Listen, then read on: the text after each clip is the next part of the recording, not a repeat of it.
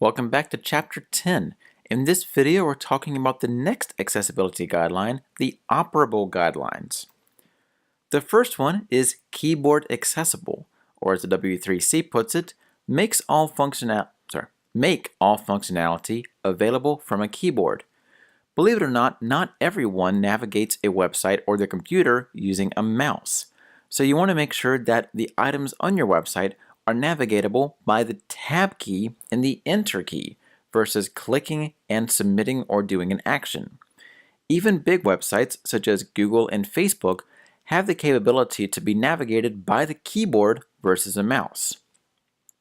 You also don't want to incur time limits on key presses. Once you get into JavaScript, you'll learn how to do this, but it's not a good item to have when it comes to navigating a website.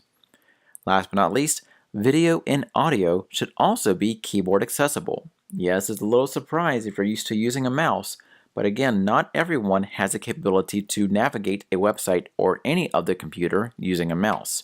So video and audio items should also be keyboard accessible.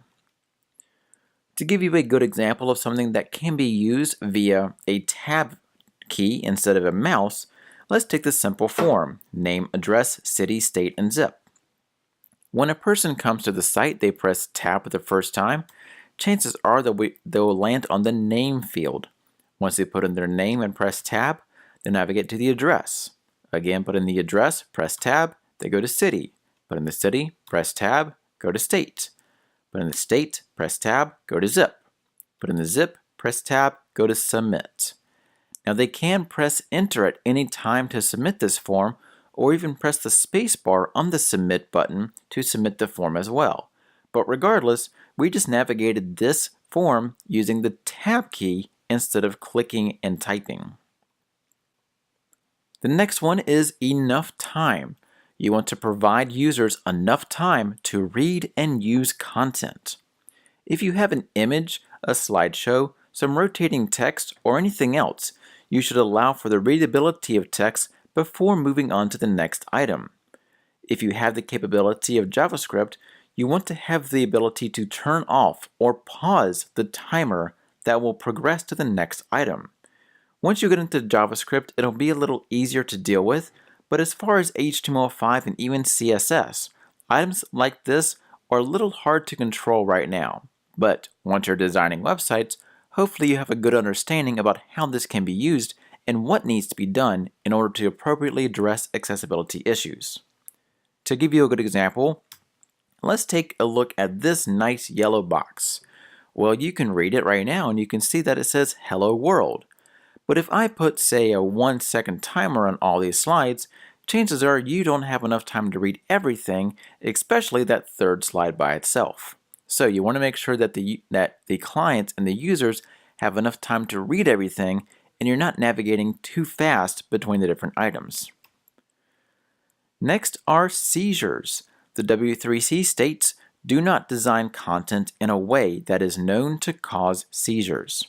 You want to adhere to 3 flashes or below threshold when you're coming to designing websites, designing content, designing designs, or even designing the functionality and feasibility of the site or even the animation content. Nothing on the site should flash or blink more than 3 times a second. This is typically addressed via JavaScript or in animation production when it comes to animating items. We will get into some animation with CSS, but chances are you'll probably never have anything flash this much. Regardless, the W3C states that you should not design content in a way that is known to cause seizures. Let's take a quick look at a clip from The Simpsons to show you something that they deal with seizure-wise when it comes to a Japanese cartoon. Isn't this that cartoon that causes seizures?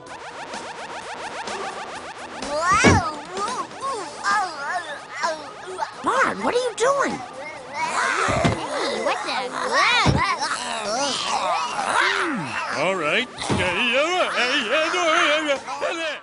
That may be a parody of a famous Japanese cartoon, but the point still stands. If you have something that causes seizures, it can cause a lot of issues for a lot of people, even if they don't really want to see it.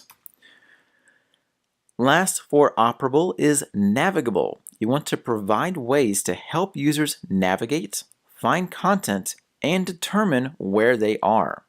A good example of this are to implement bypass blocks, which allows users to skip content or content that is repeated on multiple pages, such as the navigation bar and contact information. You want them to jump to the main content on the page. Items like click here, more, or continue reading are not really good examples of items to jump to the main content. If you ever deal with a text-based browser, chances are you'll see something that says skip to content or go to content, which allows you to jump straight to the content, and that deals with anchor tags and anchor IDs. Now there is a bypass link bug when it comes to Internet Explorer. I won't explain that here, but instead watch the Code With Me video to see it in action. That's it for this video. If you have any questions about this or anything in Chapter 10, please let me know via email or Twitter, and I'll get back to you with the best possible answer.